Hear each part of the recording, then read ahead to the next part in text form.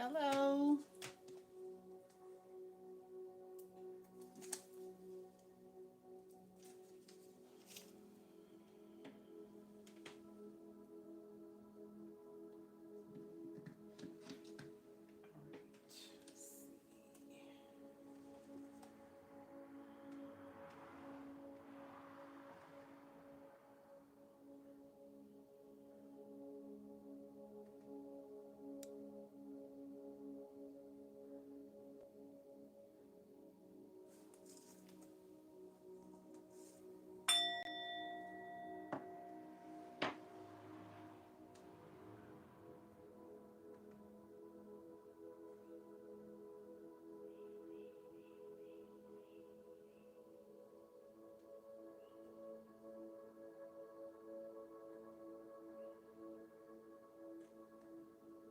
How do I open the panel?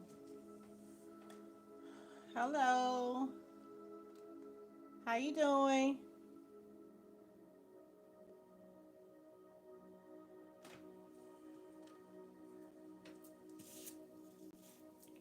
Everything right?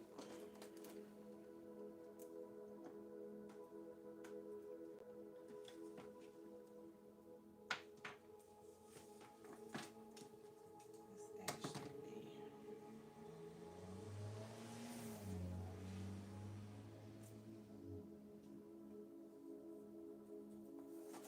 I need some more space.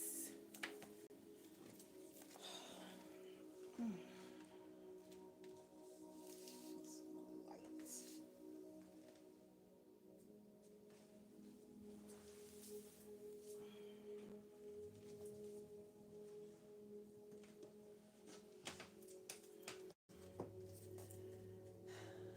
We on a track to a good one today. We on a track to a good one today. This is gonna be a good one.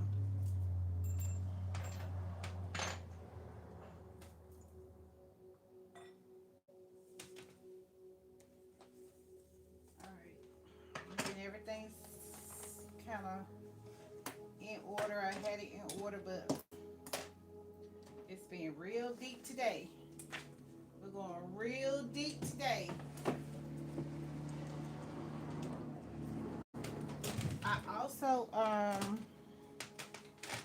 I also shared a video on my post. I've been saying for days, this is what, day 4. I've been saying for 3 days this energy was about women. I have got confirmation this is for the death of your old self, your ego self, and I think we channeled that earlier in the week. Oh man, I gotta plug this up. So we're gonna have to cut this off. Hi. I channeled it earlier in the week, and I said that this week was for the women. I know it was for me. It was mainly for me, and I needed confirmation to a lot of asking that I have been doing. I'm gonna plug this up. Okay. So I went and got some answers. I meditated on some answers. I got some confirmation. Yes. We got some confirmation. If you want to go watch the video that I shared on my community post, let's try to wait until we get this right here first. So the first channeling I did yesterday was out of a book that I bought. And the guy that wrote this book, he transitioned last year. So number 4, y'all know I've been telling you 4 is my number.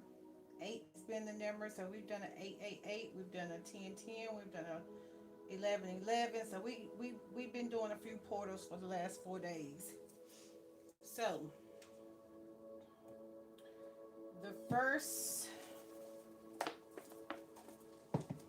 first tool I'm gonna bring out, the first book, because y'all know I use books. Bible verses, there is no limit. There is no limits over here. This is for the women to reprogram, unlearn what you knew, and relearn. Not just because I say it, because it's time. So, this is the first channel that I got yesterday. And it still goes along with what we've been doing here, which is channel messages. Anybody that know I don't like to look at the camera, what are you doing? Okay, read the room. You're gonna see. If you still in here, just read the room. You're gonna see. Hey, so the first channel is coming out of the Seven Laws of the Dark Matter, Volume 2, Self Master by Brother Panic. Shout outs to Brother Panic that passed, that transition last year. So that this is what we're channeling right now. Chapter 4. It is you who must save you. You motherfuckers will be playing basketball in Pelican Bay when I get finished with you. SHU program and niggas. That was Alonzo in Training Day. So this was how he headed it. It says, Black people are constantly talking about what we should as a people, what we should as a people do to save ourselves. Notice, no matter what the idea is, it never works. And it will never work as long as we are trying to find a group solution. This post slavery invention was an idea that was given to you, and it's called civil rights. I often hear people say Martin Luther King Jr. was a government agent and he was working for Whitey the whole time. People never say what they believe his government assignment was. But before him and his manufacturer rise to fame and influence, you often heard how blacks were actually doing fine on the rise in this country. Black people were suppressing whites in business, income, and financial expansion. This had to stop. This country this country is run on the idea of white supremacy. So how could the slaves surpass you? The illusion of starting to crack. The illusion was starting to crack, and they needed something big to put in the order, to put back in order. They made the choice to use Martin Luther King Jr. They chose him in the end before he looked good. They chose him in they chose him in the end because he looked good, and so ladies would be interested, and then the men would follow any cause to impress women. He was charged with giving blacks an idea of how segregation needed to be combated into integration by any means. Segregation was wrong, even though we were thriving without whites in some areas of America. It would just be a matter of time before our sources got embarrassing to whites. The fragile mind of the average Negro still saw white people as their gods. So when they told so when told they should mix with them, it was all too easy to get them to jump on the idea. The reality was and is, if we had our own, it wouldn't matter. What they wouldn't let us share, what they wouldn't let us share as self-sufficiency was the order of the day for black people, who we were becoming extremely efficient at it. or really just getting back to normal business, to the normal business of the world control, and we had for thousands, as we have for thousands of years.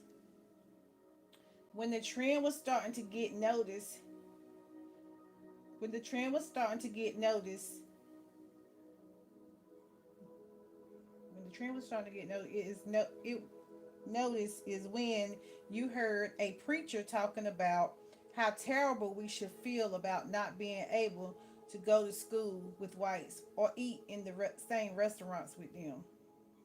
This tapped right into the 12 minutes from being a slave.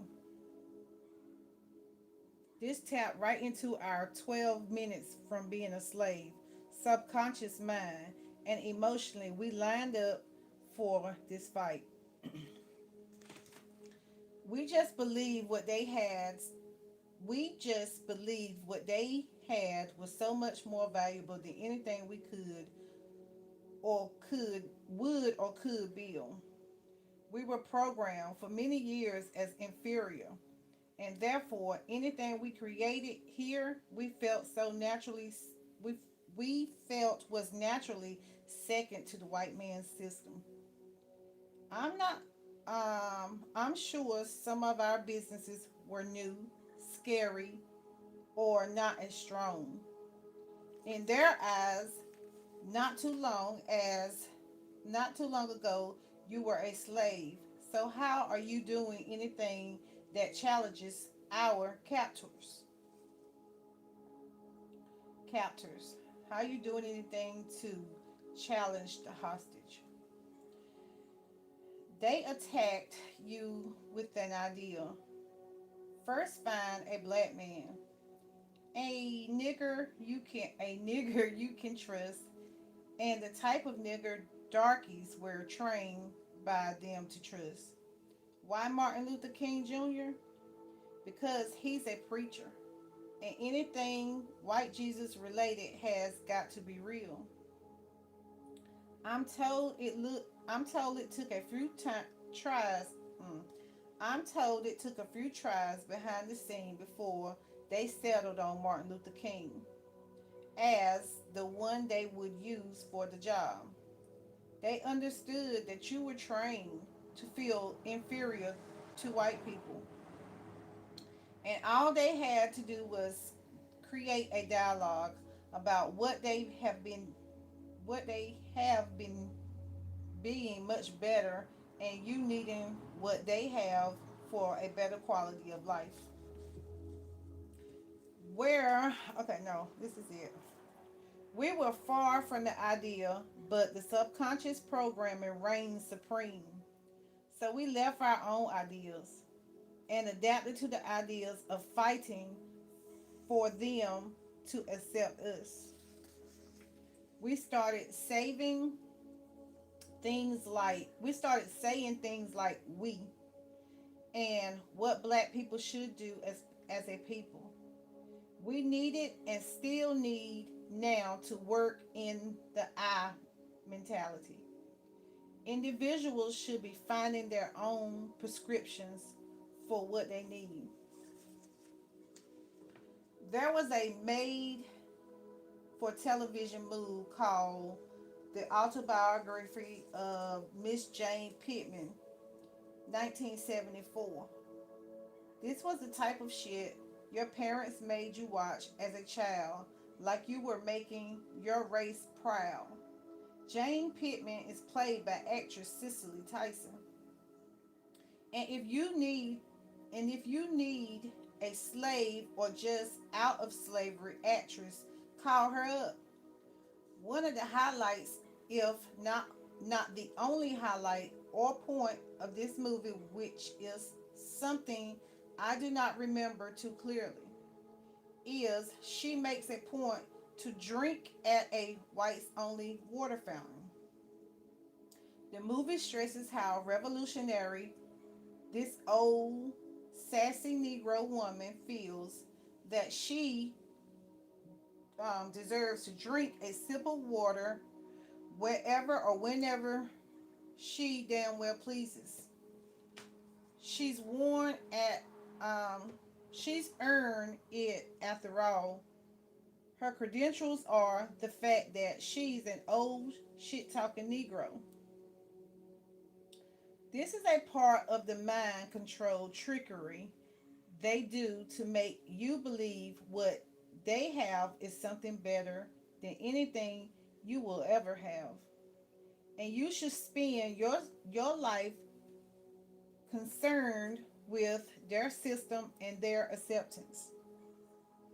This is true today as well. This is a war tactic against your subconscious. Democrat or Republican should be of no concern to black people. But we debate, fight, and intellectualize on these invented matters. I'm reading a book, y'all. I'm reading a book. Uh, this is the same strategy as the bullshit Jane Pittman movie is meant to inspire. In this day, most would say this Jane Pittman movie is outdated, and some would now claim it to be full of crap. But the same people would still argue endlessly about the prompt, the trumpet. So, when did he write this book? Let's let me see when he wrote this book. 2018. So that would have been the first time around. Okay, here it is. So the mind control hasn't really changed, even though the subject has. The only thing that makes this nonsense real is because you have been convinced their system is authentic, and the only choice you have, and the only choice you have. So you feel you just deal with it. I have no fear of trumpet because I know this system isn't real. What they say he will do to America has has our purpose to keep you involved, fearful, and dependent on the system. Once you buy into this system as real and then create a sense of fear in you, then the sky is the limit as to where they can take you with the bullshit. The rap group Arrested Development made a song called Tennessee in 1992. And in the song, they gave a shout out to our ancestors, Miss Jane Pittman. Now, here's the shit. There was no such woman. The made-for-television movie is based on a garden, on a goddamn novel. Excuse me. This is a made-up story written by a black man named Ernest Gaines, made into a movie because it's a story that will make black people feel strong and powerful, but lead them to nothing. There was never a woman named Jane Pittman who walked this planet. It's a fictitious character in a made up story. I once put up a status on Facebook telling everyone it was Miss. I love that Miss bullshit in her name. Jane Pittman's birthday, and let's give love to this ancestor who sacrificed and showed bravery by drinking water from the whites only fountain. Needless to say, hundreds of likes, hoteps, and ashes were on the post from top to bottom. 95%, no, yeah, 95% of the black people who answered thought she was a real person.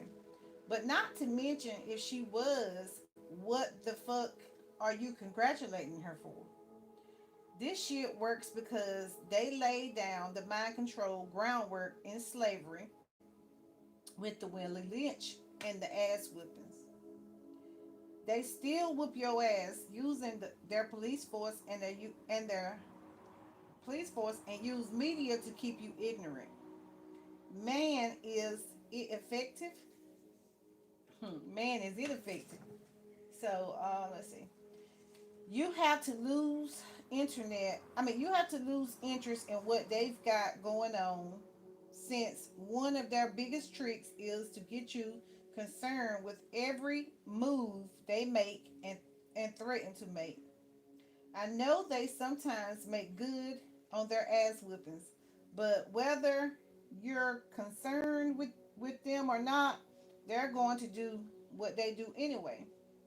The question the question is, what are you going to do?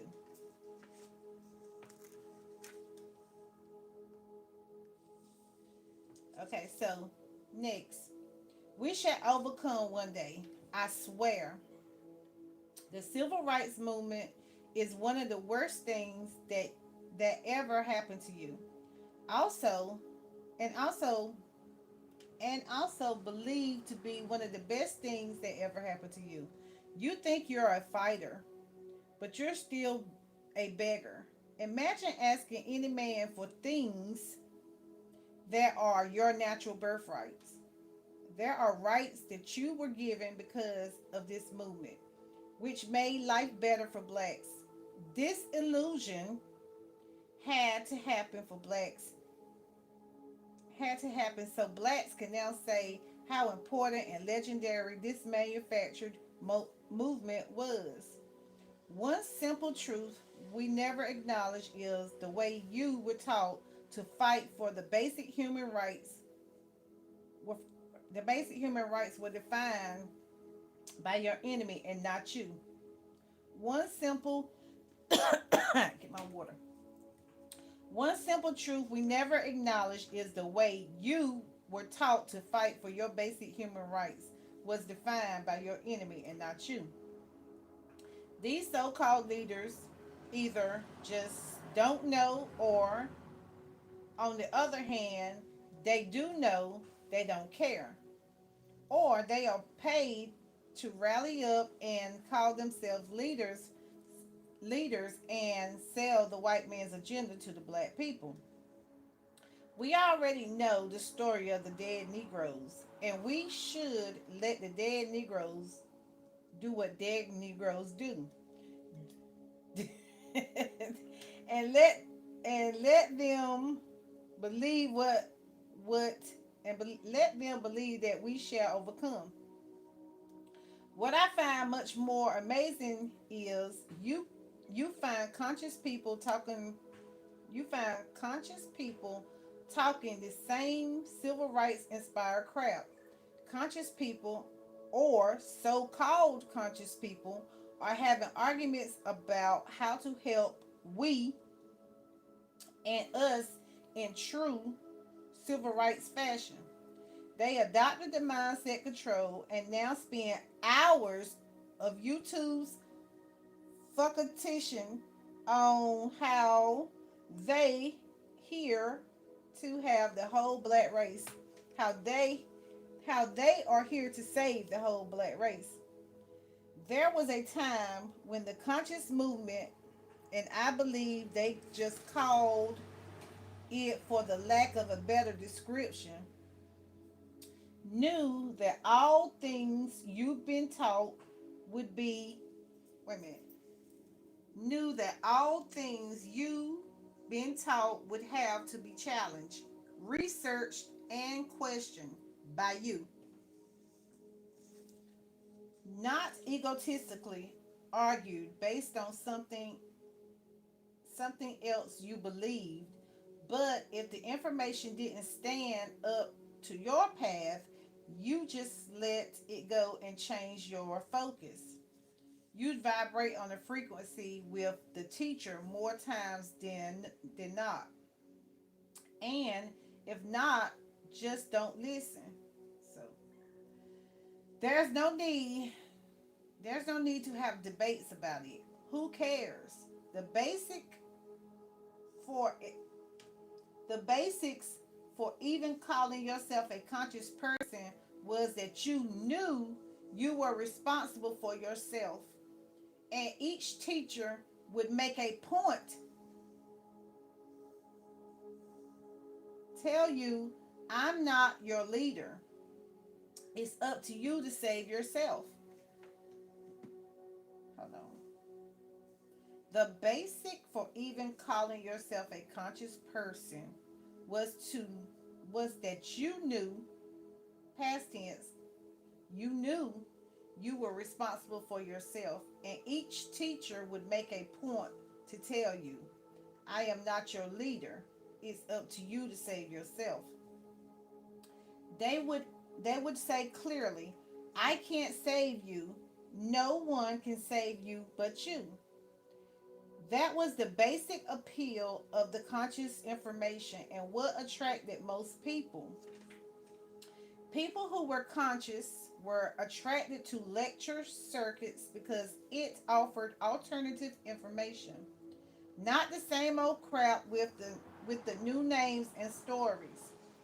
They were tired of hearing people say how they would be responsible for their life or they could and should you but lead you but had no more credentials other than standing in front of you saying, I'm your leader. The so-called conscious individuals today look for leaders to tell them how they should think. But beings, true conscious beings that were seekers of the light look for teachers instead. They made sure anyone who stood before them explained and offered nothing but information as a way to expand on it. And you chose to do whatever you willed with the information.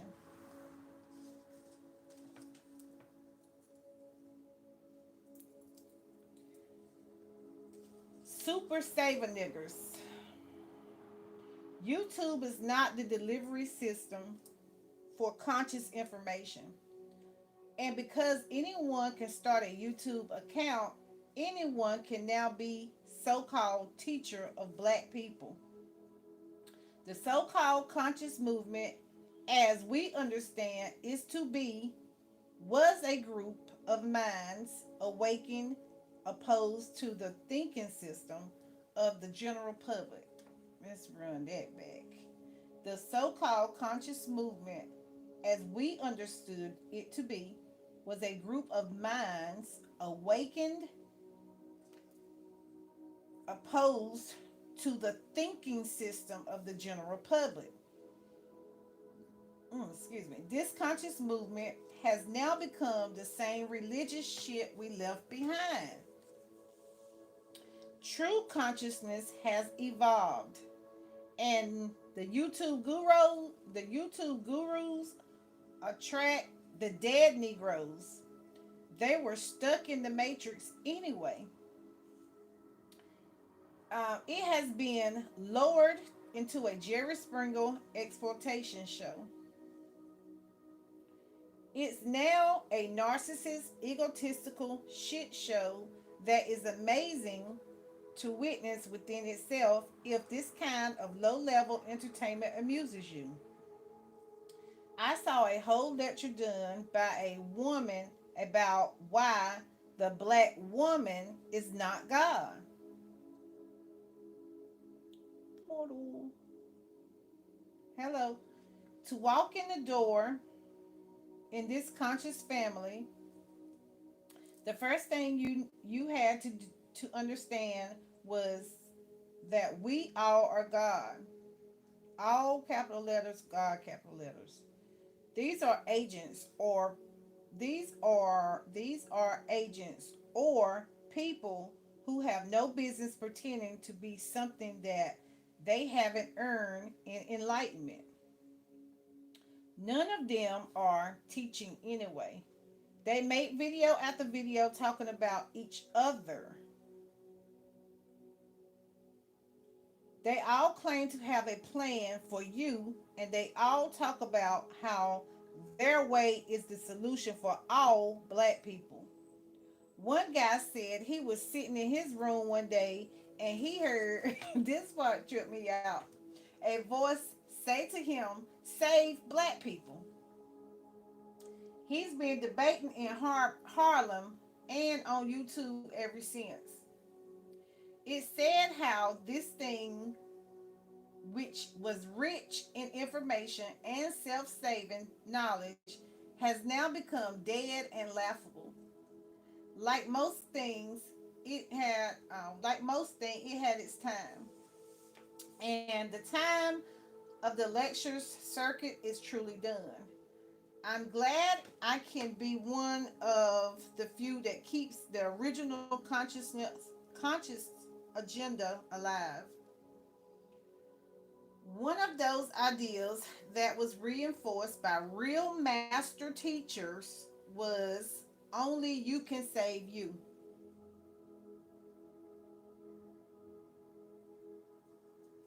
Let's see how far okay. Let's see. One of those ideals that was reinforced by master teachers was only you can save you. It's called Know Thyself. That's why this book will be important for you, as this information will help you inspire aha moments for you. This will be something that you can apply in your life and institute real changes that make a real difference, first in your consciousness, then in your physical reality. What you've been getting is a lot of arguing, which leads to an empty ego rush that wears off. So, you're now online looking and waiting for the next scandal. Be real. You couldn't wait for the next um, Yamar Johnson gossip to come out.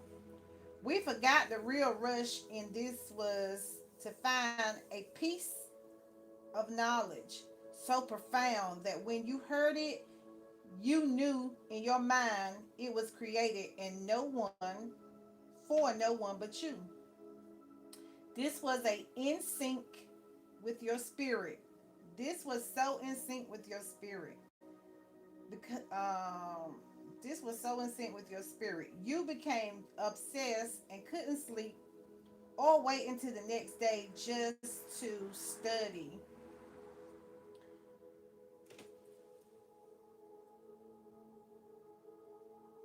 Study to show thyself approved.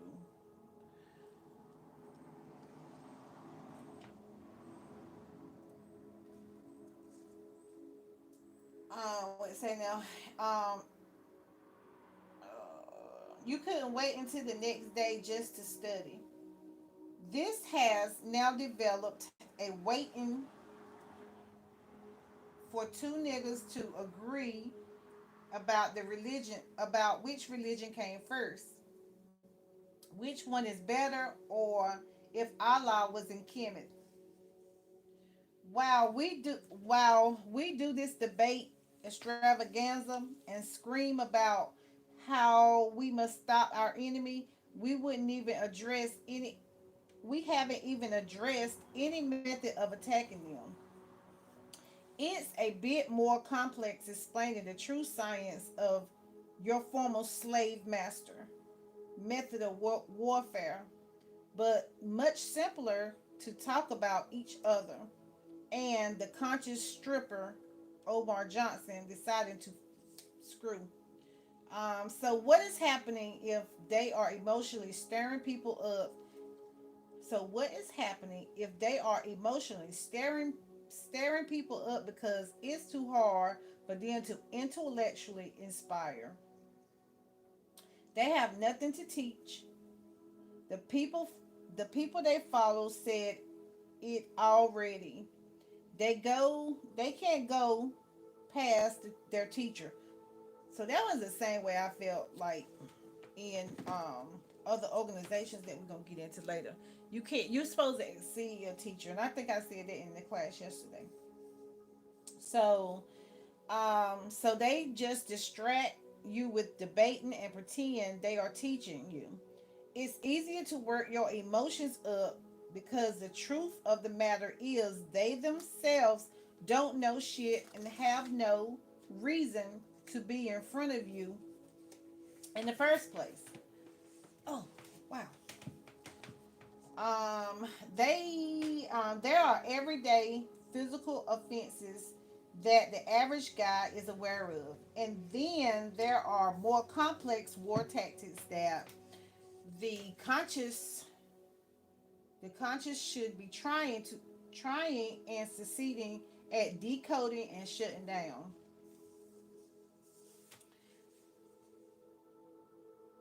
Did you know dang. Did you know that they never really ended slavery? Did you know that?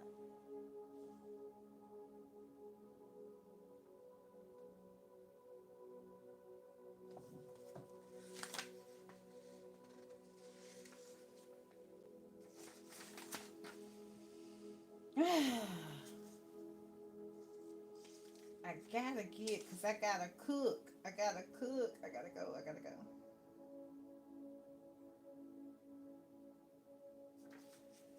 All right.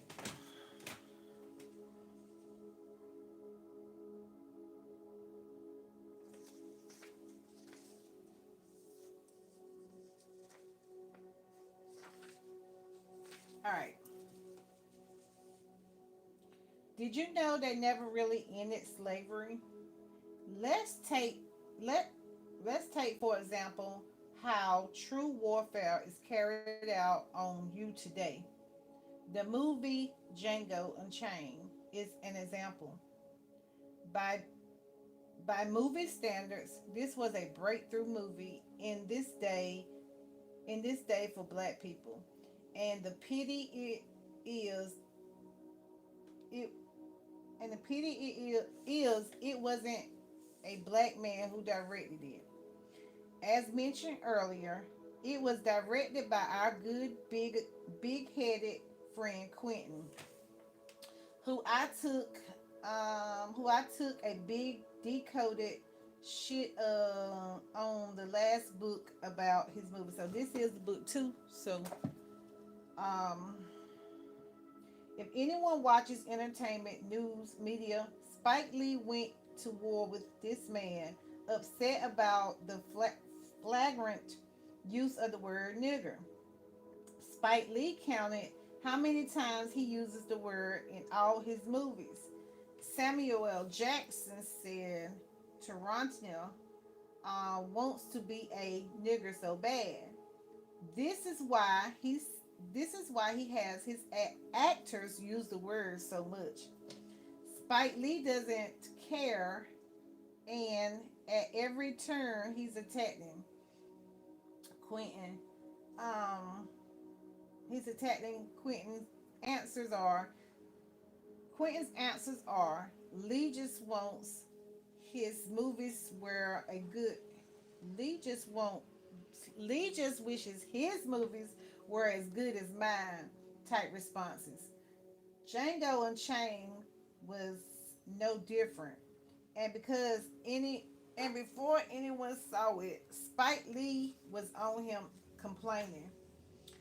The very idea of slavery mixed with a western was repulsive to Spike Lee. I guess no. I guess no one really knew what to expect when they heard the idea.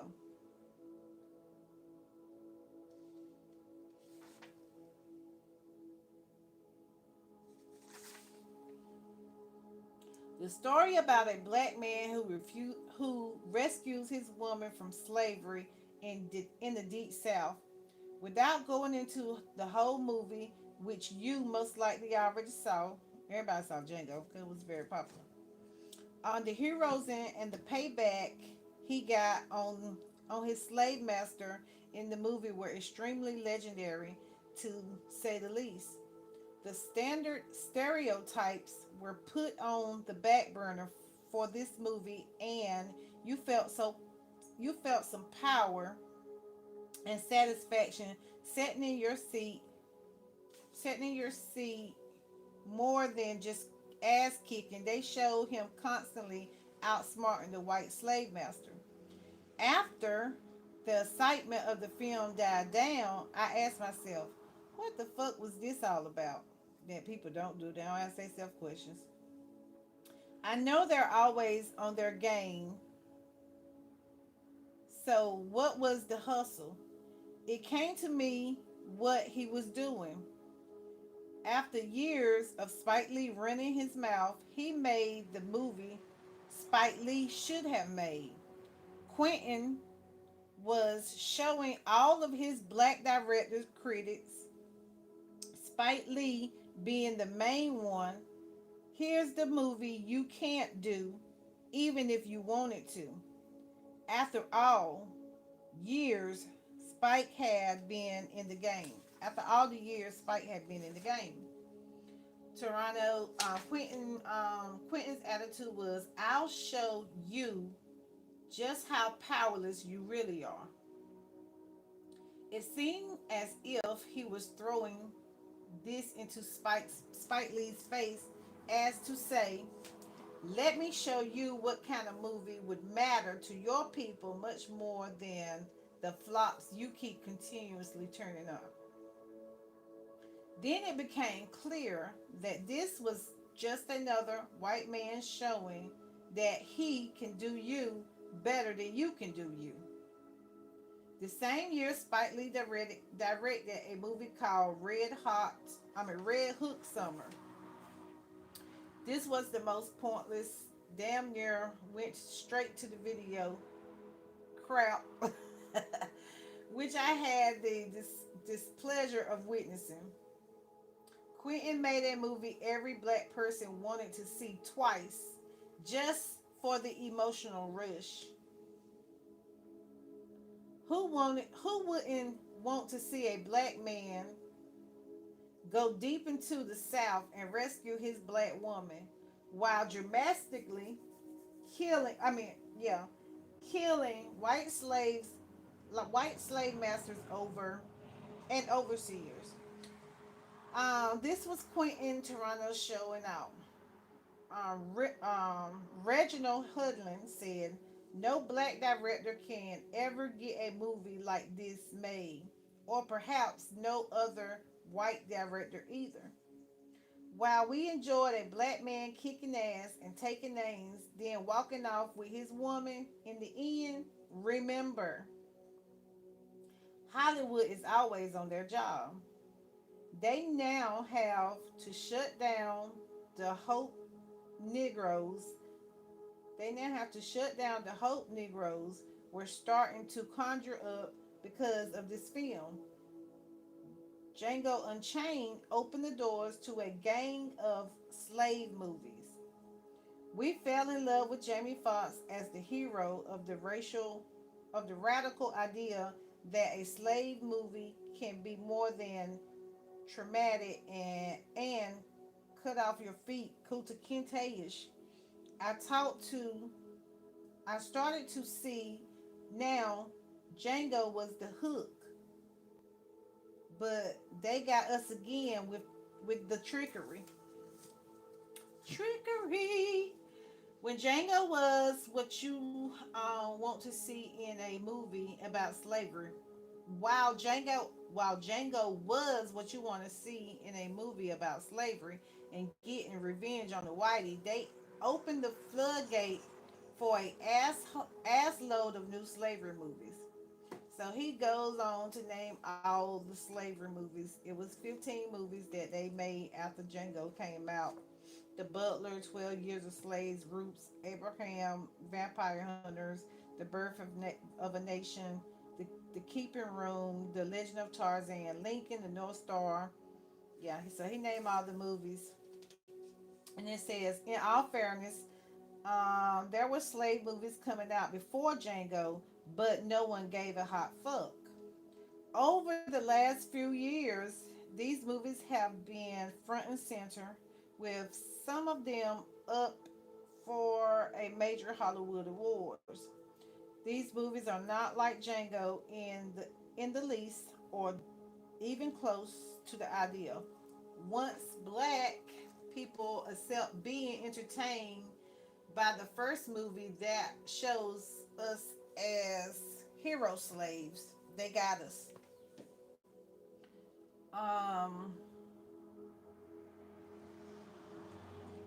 and it gave them permission to do movies like this, promoting them to be front and center as a topic of great interest and something we as a people want to see on the big screen. The movie 12 Years of Slave is incredible in its mind control and subconscious programming. I didn't watch that movie either. It's based on a true story, a book, which puts you in a position where you can't argue with the trauma. They decide to show you on the screen. As a person who is reading a book or even this one, you were most likely born in the 60 years ago or less. And true reality is you have no idea what slavery is or was truly like. Your feelings about it comes from what you heard in slave movies, really starting with roots. What do you understand? What do shoot. No. We do understand white supremacy. So when you're told about what your ancestors have gone through, I'm sure you understand the idea of slavery sincerely, based on how you were treated daily in your country. The truth of the matter is, you never physically went through it. So it's all really in your thoughts. It's in your DNA. So when you're forced to think about it, the emotions and the pictures are detailed, but there's room for more. The only way to reinforce and inject the true slave experience into the average black person's mind is to recreate it on a screen and show you fear, symbols, and stereotypes. Now, the idea of visualization you had about these things that could possibly go on during this time are dramatized for the purpose of psychological warfare. This slavery image attached, this slavery image attack is the incredible effective war tactic flying under the banner of we need to know our history. So the fact of knowing your history is a psychological, not your history, but that history is a psychological warfare. Slavery is by no means our history. Slavery is an interpretation to our true history. This is how they are installing fear in your DNA with no other purpose than keeping you in arrested development. So I had to Google what arrested development was. Oh, let's see.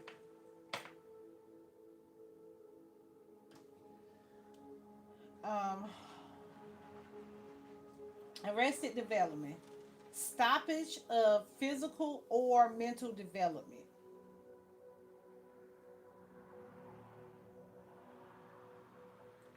Psychologically, having to do with the mental, emotions, social, and spiritual effects of dis-ease. Two words. Okay, so where we at? Wait. No one raised the question about what purpose does showing us a movie like 12 Years a Slave have? For your kids, too. What effect does it have on the psychological, the physiologically? What is psychic? What effect does it have on them psychologically? Why are there no movies to depict your people from a time when we ruled the planet as kings or queens? It's heavy on the queens. I'll separate it because where the movies at? There were many more years of the reality than you as a slave, and there was no white face on the planet to be found. What effect would that have on your kids? To see that on a screen instead of the butler after Django, then a true attack was revealed. Slave programming sessions was in full effect.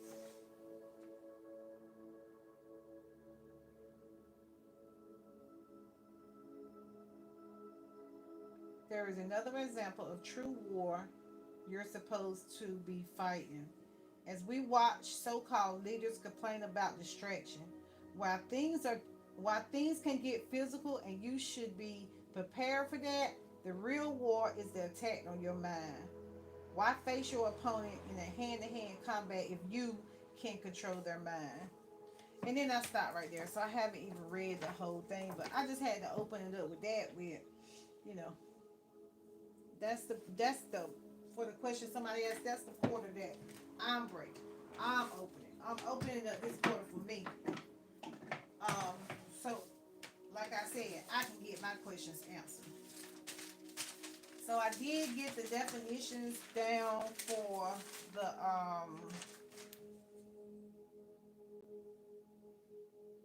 rest of it development. That's what I did.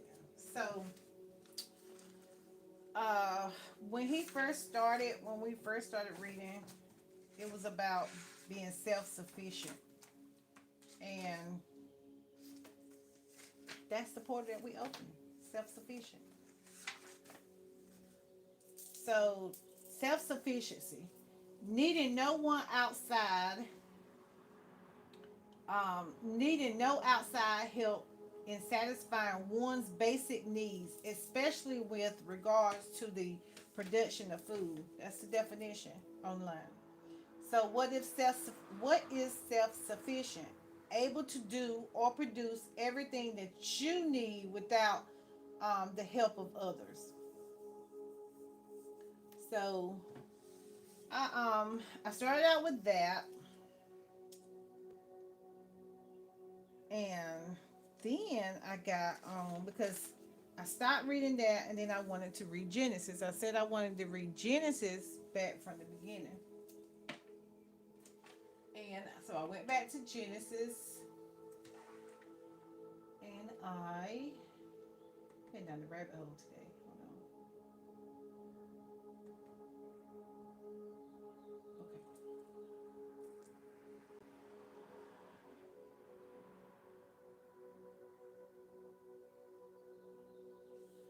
All right. So then I wanted to go back to Genesis. So just flow with me. That's what I got on the top of the paper. Flow, flow, just flow.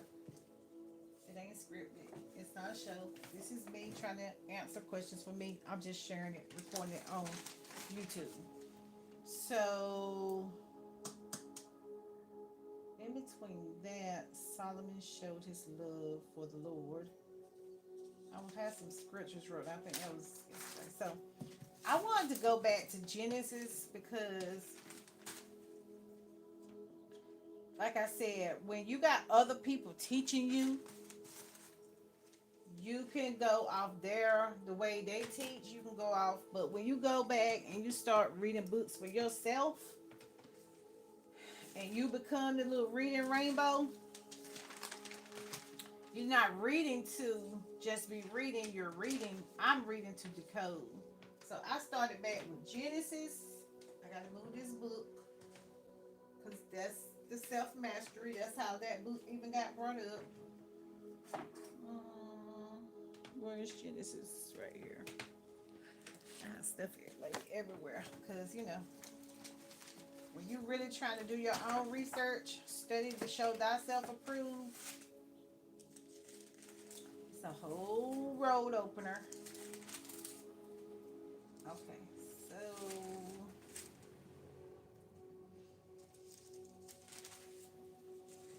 Genesis, Genie, sis, Genie. That's how I wrote it. So I started over. Genie, you're a genie in a bottle, baby. In Genesis, you can see sis right there. Sis. Remember the genie show? The what show was that? When the bottle, the man found the bottle and the genie was in the bottle and he opened it up, that you watched when you were a kid. And she was most definitely a sis. So um Genesis 1. So we had Genesis 1 in the beginning. I gotta get some more light. So I got the Message Bible because that's what I read. You use what Bible you want.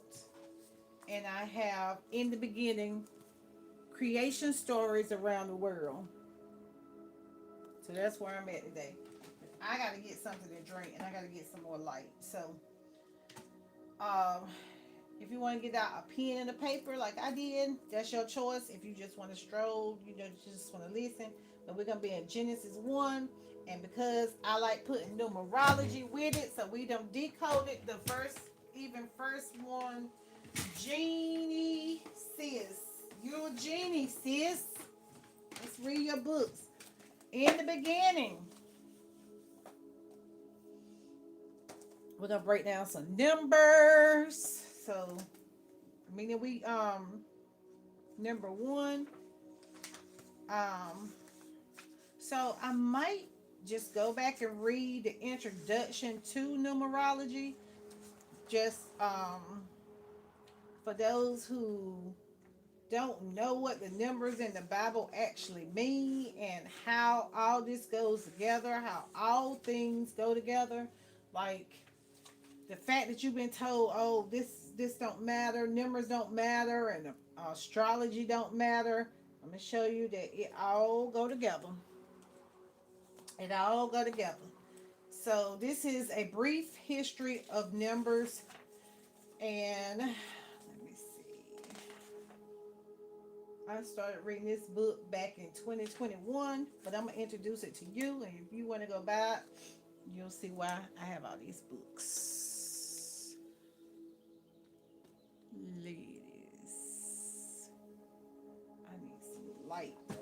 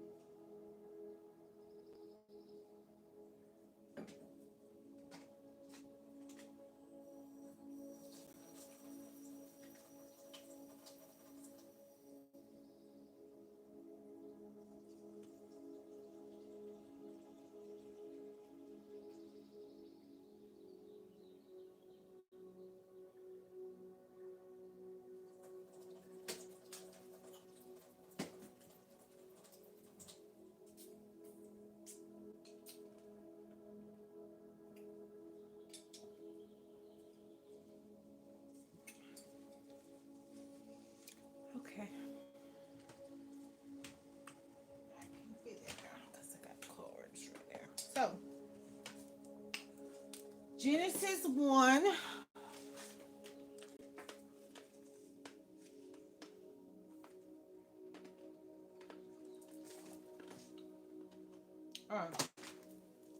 So Genesis, genie, sis. You're a genie. It's for women. Divine. The definition for divine is of, from, or like God or a God. Small letters. Right? So I'm gonna show you how I got divine. So in the Message Bible it says first this. So it says number one, first this. God created the heavens and the earth, the as above and below. God created the as above, so below. All you see, all you don't see. Earth was a soup of nothingness, a bottomless pit, a bottomless emptiness, as a pit, a bottomless emptiness, an inky blackness. God's spirit brooked it like a bird above the water. Abyss. Abyss, I mean, not abyss. So, first of all, what does abyss mean? A deep or seemingly bottomless chasm. Hell on earth, another sacrifice, another surface or canon. So, it's another surface or canon. And it's what they call hell. The bottom is what they call hell, right? So, abyss is one piece. One piece is an abyss. So that's why I got the one, which is one. So one piece abyss is a type of magic circle, right? So I gotta think how I did it. So an abyss is a type of a magic circle. So as above, so below, and the heavens and the earth are within a circle.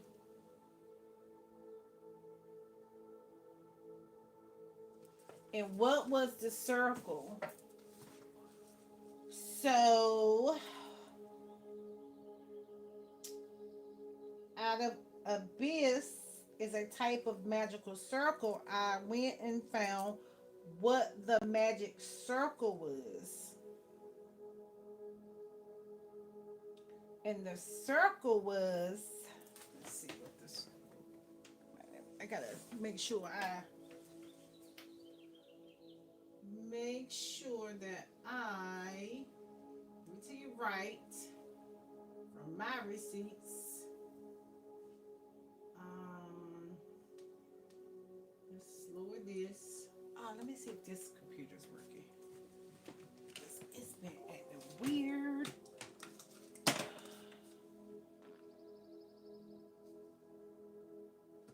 Yeah. Come on.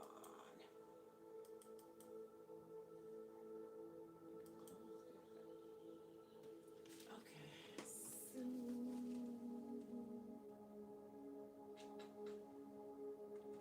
let's get it.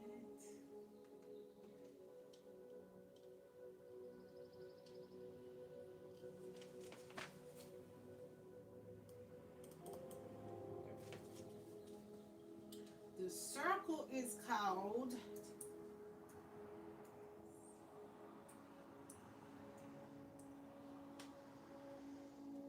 I'm gonna turn these frequencies down some. Remote. Turn the frequencies down some. With a remote, with a remote, with a remote.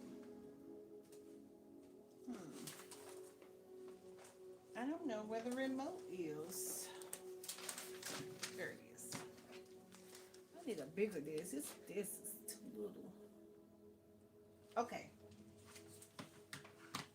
So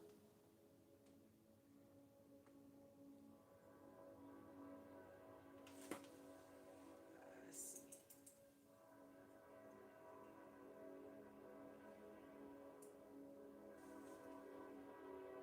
You got a train. Triskelion. A Triskelion. Triskelion. So the reason why I wanted to look it up because it had three different spellings. A Triskele, Triskele, and then Triskelion. It's a Celtic symbol for a Celtic symbol consisting three legs or lines radiating from the center, from a center. So the abyss is the Abyss is the magic circle, and the Trichilion is the lines of the way it's drawn. You can see it. You can see it right there. And it's the infinity and the connection three times. Three times. Three spiral represents the three elements of air, air, and water. Some believe that the symbol represents aspects of the triple goddess in the Celtic mythology: maiden, mother, and crone. So it's a woman, a sis. It's a sis. It's a mother, sister, maiden. So I might be fumbling y'all because I ain't no expert, but I had this. This how I get my information. So let's go back.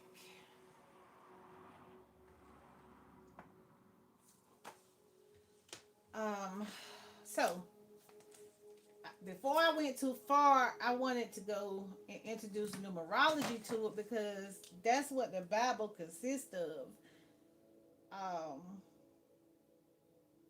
Chapters, verses, and what is it? How the Bible broke down? Chapters and verses and um Revelation. What is it broke down? Chapters and verses and what's the third one? Somebody put in the chat. I can't even think. Got confused. Not confused, but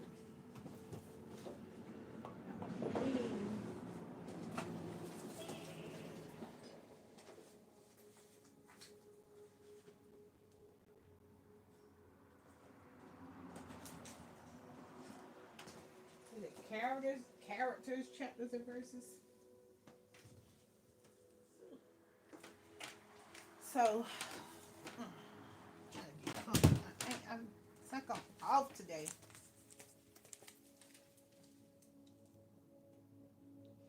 No, cause baby, I'm doing this. Okay, so numerology. Let's do the introduction to numerology. About numerology. People have studied numerology for thousands of years in order to understand themselves and to unravel the mysteries of the future in much the same way as they have used in astrology. Just as the signs and symbols of astrology contain a universal language, numbers as well embody their own unique esoteric knowledge. Okay, so universal language. So first, astrology. And they tell you that astrology doesn't have anything to do with the Bible. That's not true. And esoteric knowledge. You don't hear them saying this is esoteric knowledge, but they use the esoteric. So numerology is esoteric knowledge. So esoteric knowledge is knowledge that is not widely understood or accepted, typically reserved. It's reserved because everybody don't even know it exists. For a small, select group with special understanding or training. The term esoteric comes from Greece, meaning inner or further inside. So,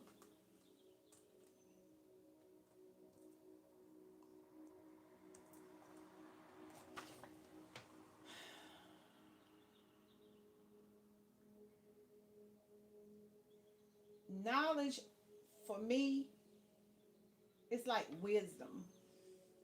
I keep going back to the woman because this is for the women. Wisdom is a woman. It's a feminine energy. It's a feminine word. Like, even though I said Genesis, break that down to two words, it's Genie sis, right? That's the feminine. But the very first thing next you see is a number one. One is an odd number and one is a masculine. So divine of, from, or like God or a God is mundane. Lacking interest or excitement is dull. Which we're gonna get down to that. Let's see. Many early civilizations, such as ancient Europe, ancient Egyptians, the Hebrews, the Chaldeans, and the Hindus, study numbers as a science. Many people today believe that everything from the divine is of, from, or like God or God, to the mundane, lacking interest or excitement or just dull.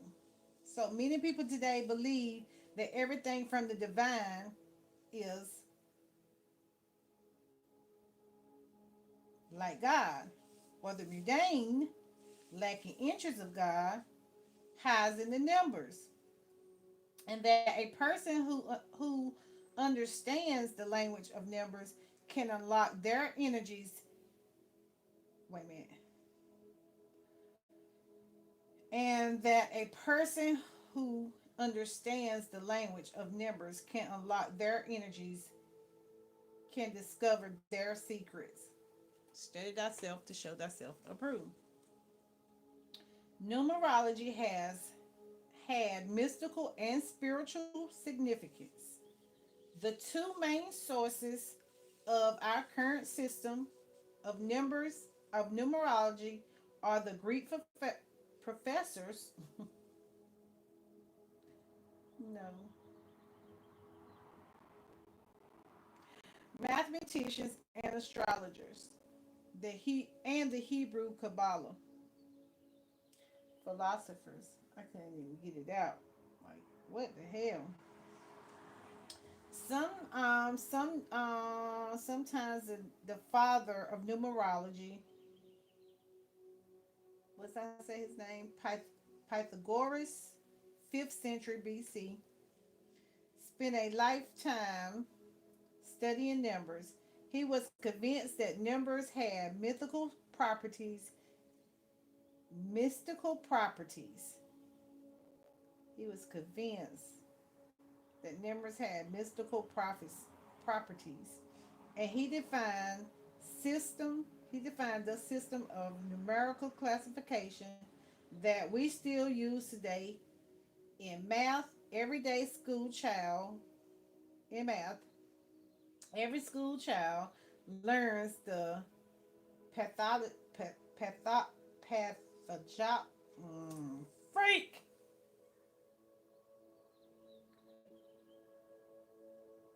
Pythagorean theorem, a fundamental property of geometry he formulated, and believed that numbers contain the secrets of the entire universe.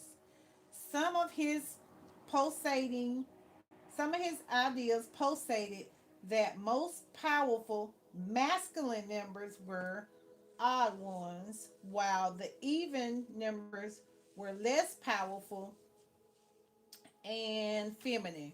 So even back then, they were doing the whole masculine over the feminine. Cause he a male.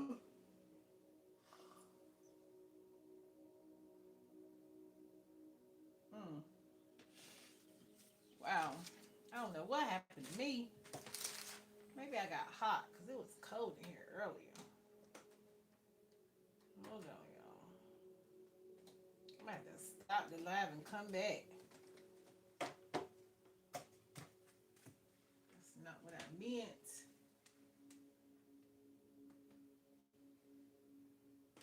the powers that were don't want me to get it out. Okay, let me see. Oh, shoot, that ain't what I mean to do.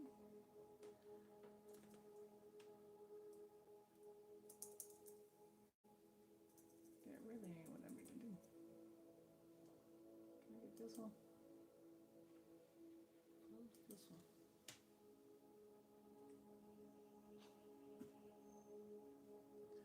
Yo, this is whack. This is really whack. I tell you, this is really whack. This thing acting crazy.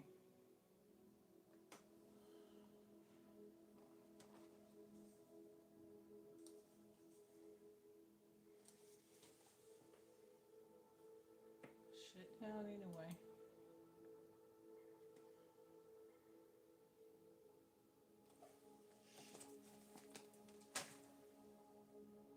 Oh, let's see. Starway Healing.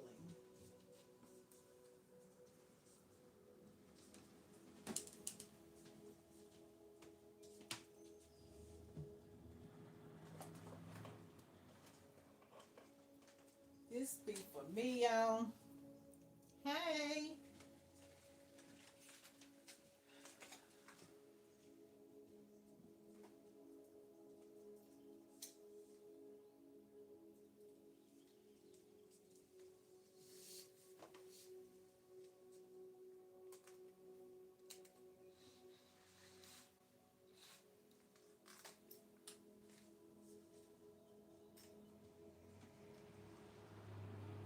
Birds are chirping. The birds are chirping.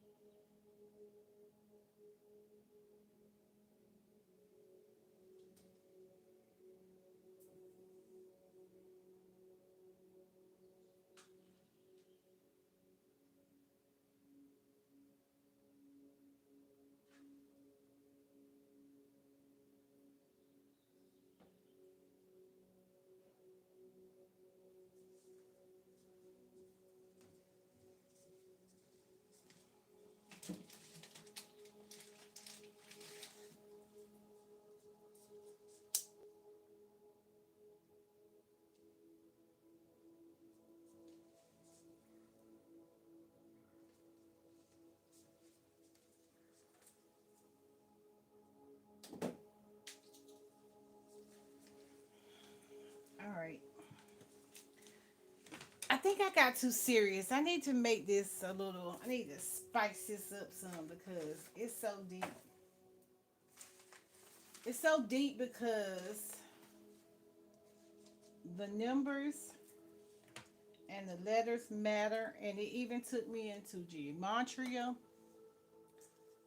and I just don't think people understand the mental alchemy that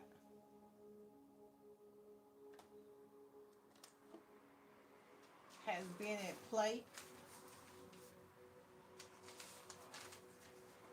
Your mental has been tampered with intentionally, and even though we want to be butterflies and rainbows, we got to understand that that's not what's going on. And that's why I opened it up with, the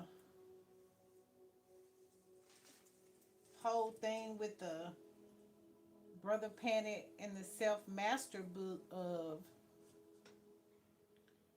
you don't know what none of this is. You don't know unless you go read what the spiritual warfare is and who it was targeted for. For me, I think it's the divine feminine. The divine feminine. You need to break those generational curses. That's how I feel. And that's why I'm here. I'm not I'm not trying to install fear. I'm not trying to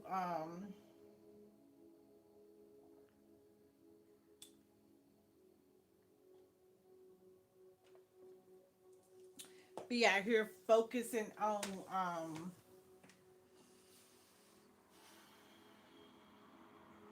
consumerism,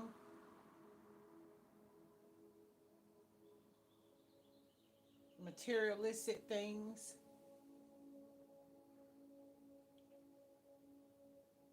I'm trying to not trying. I'm not trying. I'm doing. I'm being to let you know that yeah, you were screwed. You've been screwed. Now it's time to wake up. The awakening did not just happen. It's not just a taboo world, a taboo word. One, two, three. Thank you for the 3 likes.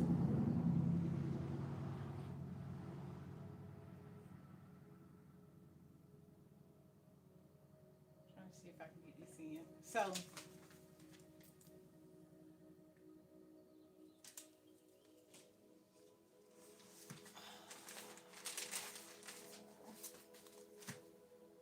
me just go back through the notes.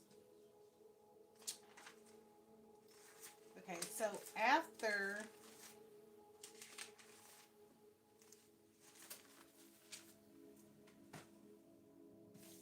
I went down the rabbit hole of just the first few lines of the Bible. Oh, my mouse fell. Oh no, that's the remote. After I went down the rabbit hole of going back to Genesis, and I've been saying this for a couple of days. I think a lot of people need to go back to Genesis and start all over. You need to alt control delete everything you thought you knew and start all over. So, in the beginning it was dark. You were in the dark night of the soul, and then you start to awakening again. Like some people, awakening does not stop. It's like dark night, so it can go in a cycle until you get on the right loop of it. So, in saying that, in the beginning, the creation story. So I just highlighted one of the passage in here that I wanted to bring forward today, so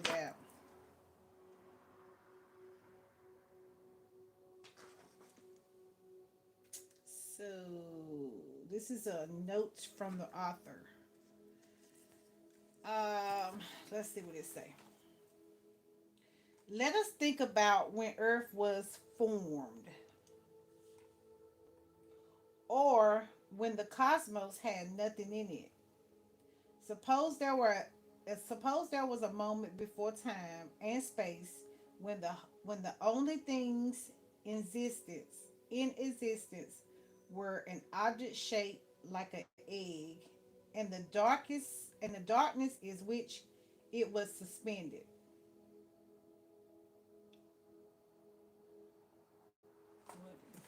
In the beginning it was dark. Okay. So it was shaped like an egg and the darkness in which it suspended. Suddenly the egg cracked and something slowly emerges from it. Imagine that it's something from the egg. Imagine that the something from the egg is a great God, small letters, just like in divine,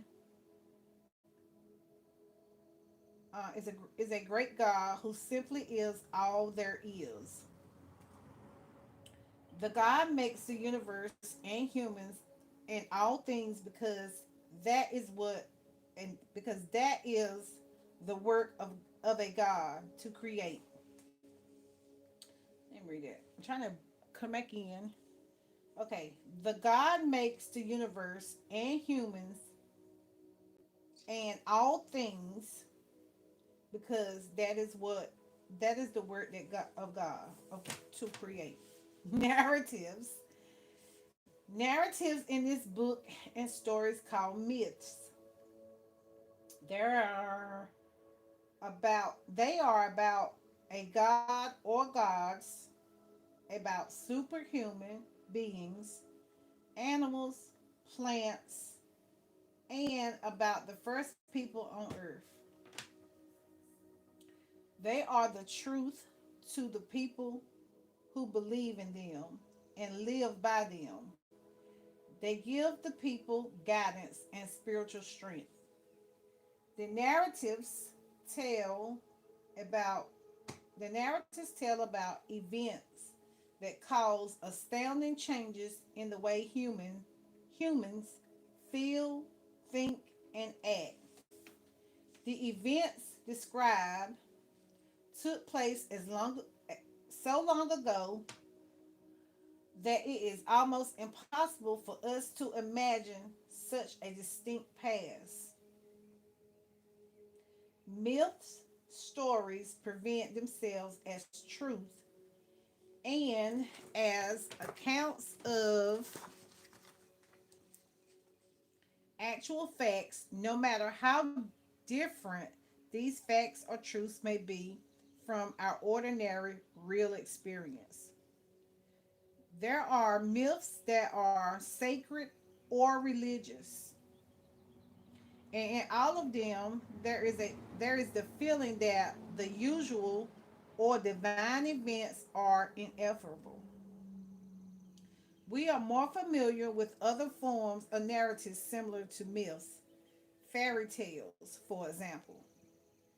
Also, fairy tales, for example, also tell about extraordinary beginnings and happenings. But fairy tales take place within the time of human existence. No, they tell us stories that happened once upon a time in a recognizable past. They tell us about how things were then. Myth stories about myth stories about creation are different, however. In a prophetic voice, they relate events that seem outside of time and beyond time itself.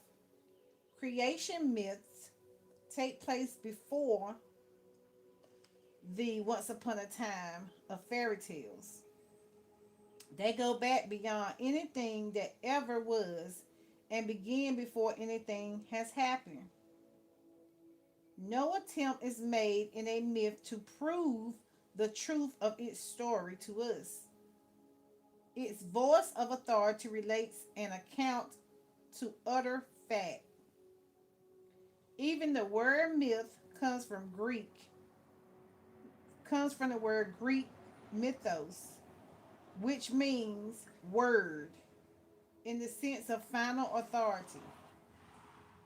The myths in this book tell us about the acts of creation, the origin of the universe, God or gods, our world, new beginnings, and the creation of mankind.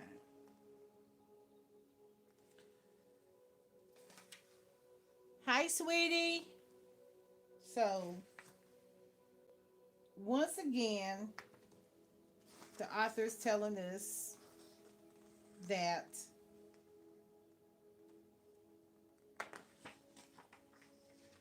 these are stories. So, the first one, the first passage is the Raven and Man, the Peapod Man, Raven the Creator. So, right here it says Raven and Man, and right here it says Raven the Creator. Time was, there was no people on earth. The first man still lay inside the pea pod. So he was still up in there. He was still up in there. He ain't got peed out. For days passed, and on the fifth day, he pushed with his feet. He broke through the bottom of the pod and fell on the ground. When he got up, he had become a grown man.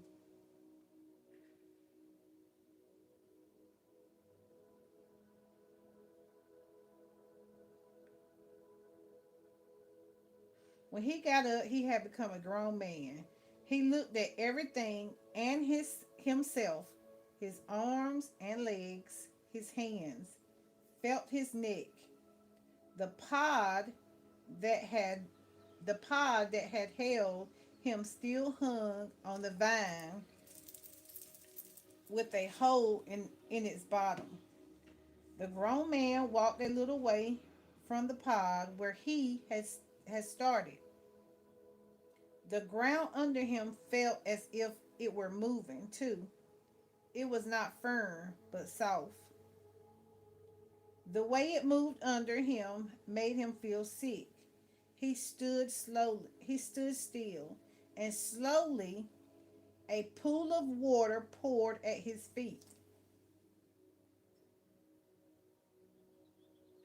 He bent down and drank from the pool. It felt good the way the water went from his mouth down inside him. It made him feel better. He stood up again, refreshed. Next, he saw something. It was a dark thing flapping along, and it was coming. Then it was there before him. It stood looking at him. It was Raven. Raven lifted one of his wings and pushed his beak. Beak and call. Beak and call. Beak and call.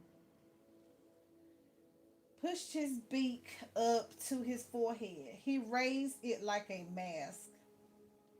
And when he moved his back and when he moved his beak up, Raven changed into a man. He walked all around the first man to get a good look at him. Who are you? Raven asked at last. Where did you come from? I came from the pea pod, said the man, pointing to the vine and the broken pod. I made that vine, said Raven. I never thought something like you would come from it. Here, this ground we're standing on is soft. I made it I made it later. I made it later than the rest. Let go. Let's go to the high ground. It's hard and thick. high ground.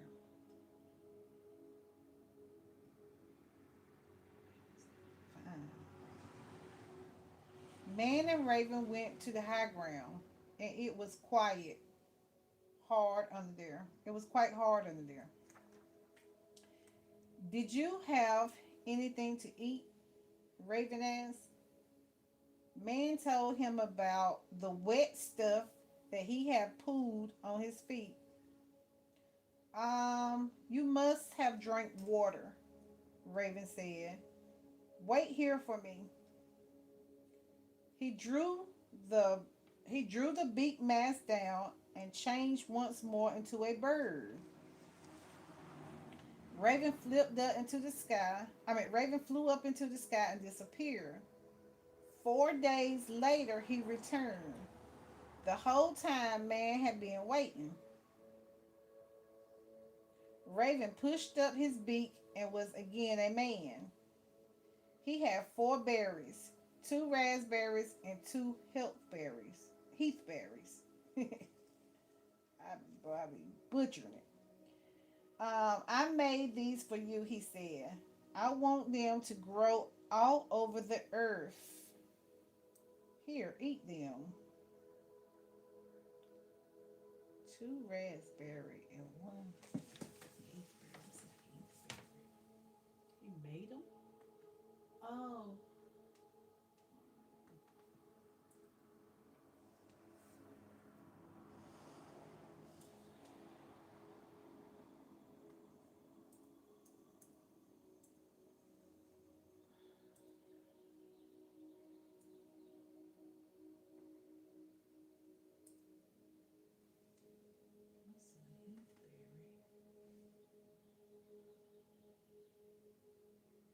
heathberry? Oh, it's a blueberry. Hmm. Any berry found on heath, especially the bilberry, heathberry, any of the various plants that have berry-like fruit and grow on heath on a vine. okay. Hmm. What are we gonna get? I made these for you, he said. I want them to grow all over the earth. Here, eat them. Man put the berries in his mouth and ate them. I feel better, he said. Next, Raven took Man to a small creek. There, the man bird found 2 pieces of clay and molded them into tiny mountain shape. He held them on his palm. When they dried, he let Man take a close look at them. They look nice, Man said. Now shut your eyes, Raven told him. Man did close his eyes.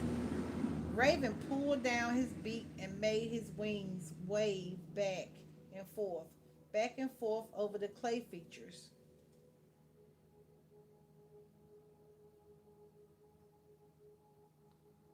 Wow. Let me see something. Why is this doing this?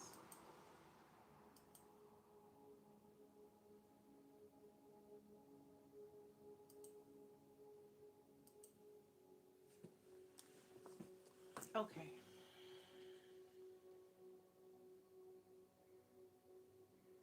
Should have the sound off.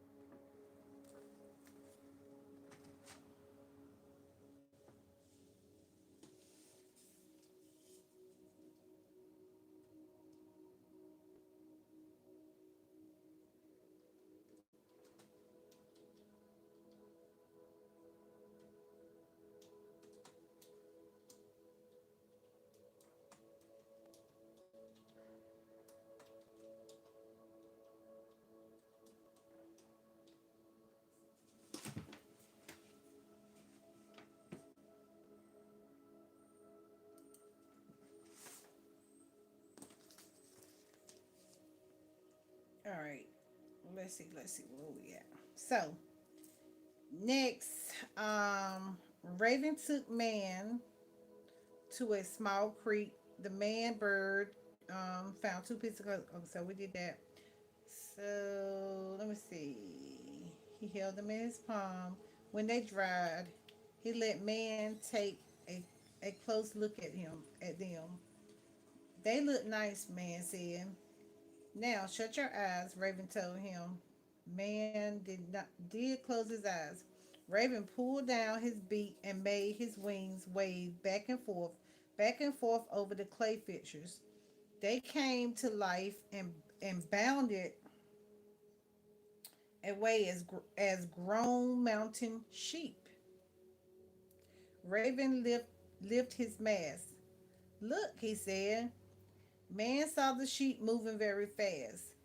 They were full of life, and that pleased him. He thought people would like them, for there were more men growing on the vine. There were more men growing on the vine.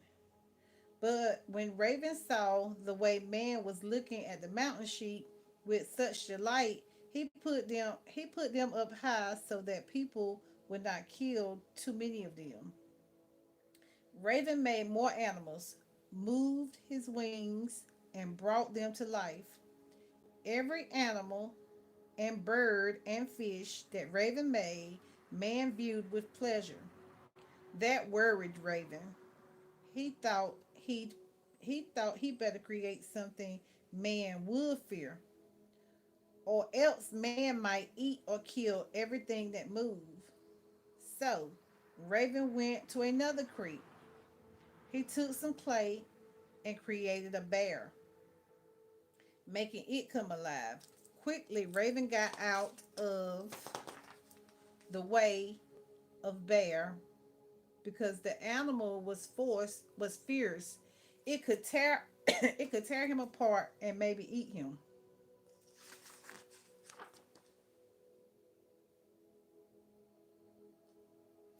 Quickly, Raven got out of the way after he created it. Okay. You will get lonely if you stay by yourself, Raven said to man. So I will make somebody for you. Raven went off a ways where he could view man, but where man couldn't be sure what he was doing.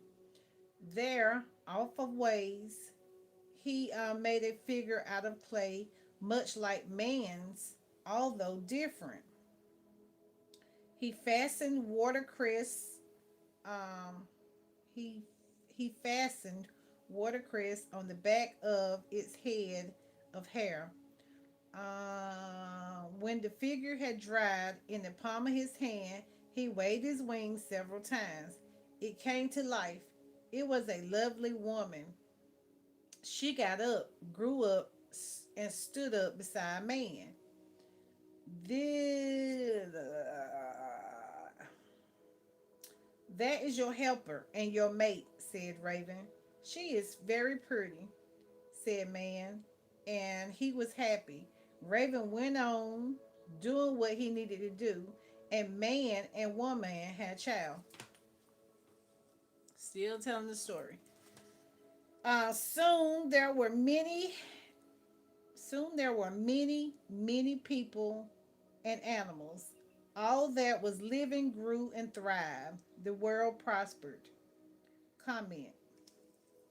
This is a wonderful dramatic myth, part of which are widely known, spread in Siberia and Greenland, from Siberia to Greenland.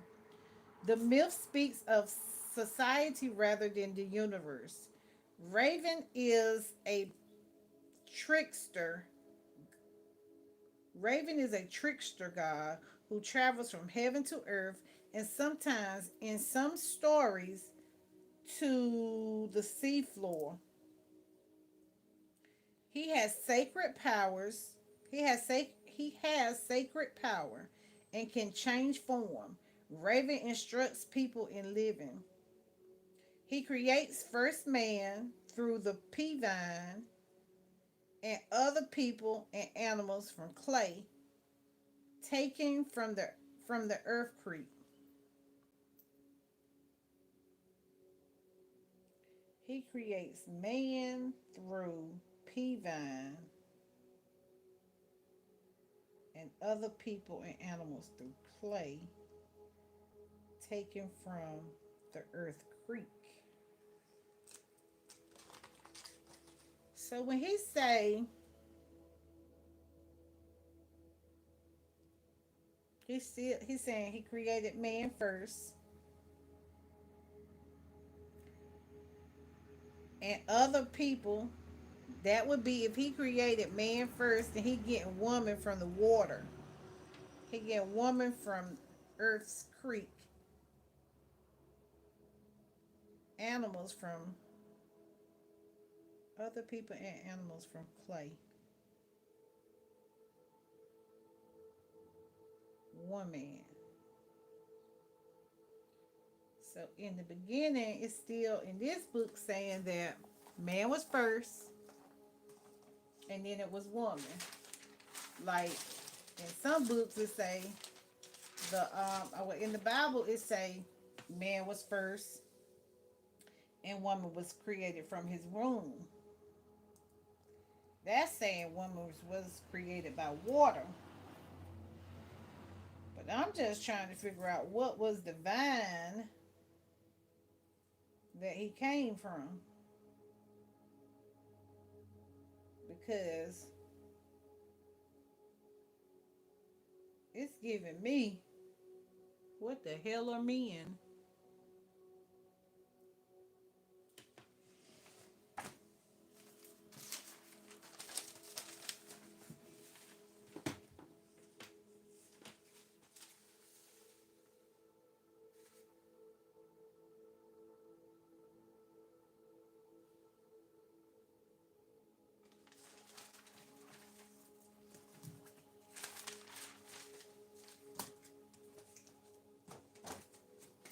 Right? So we're going to touch a little bit on this.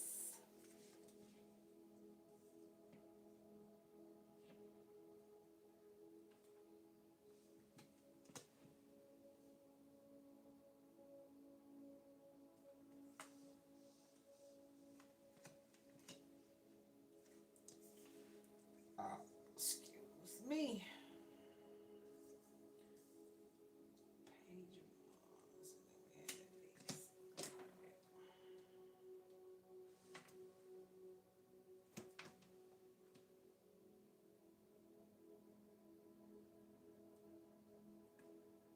Night. Night.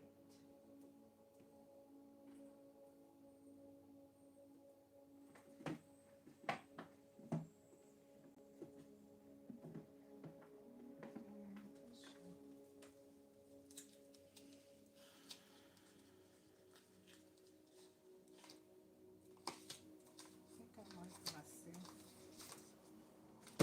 Ooh.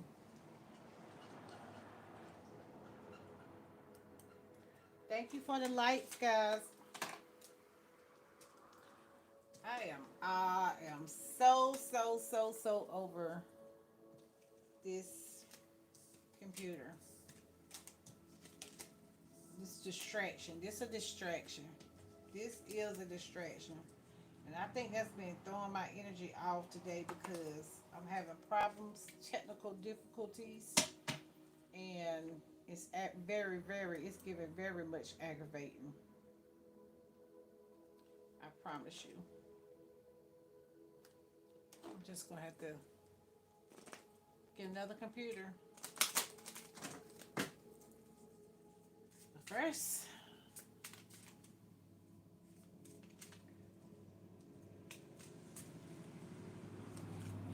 gotta get some income.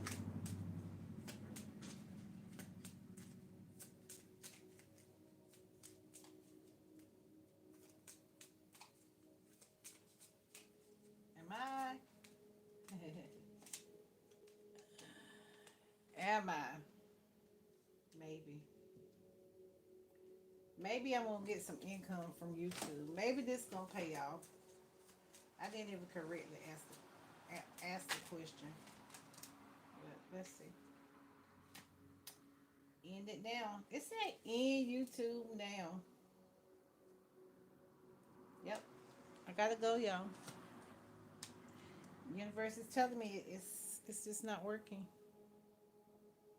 It's not working. So we been here right at 2 hours, and I am out of here.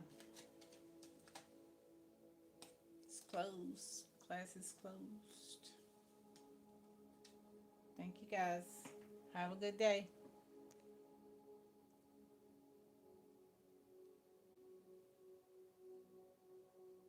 Go.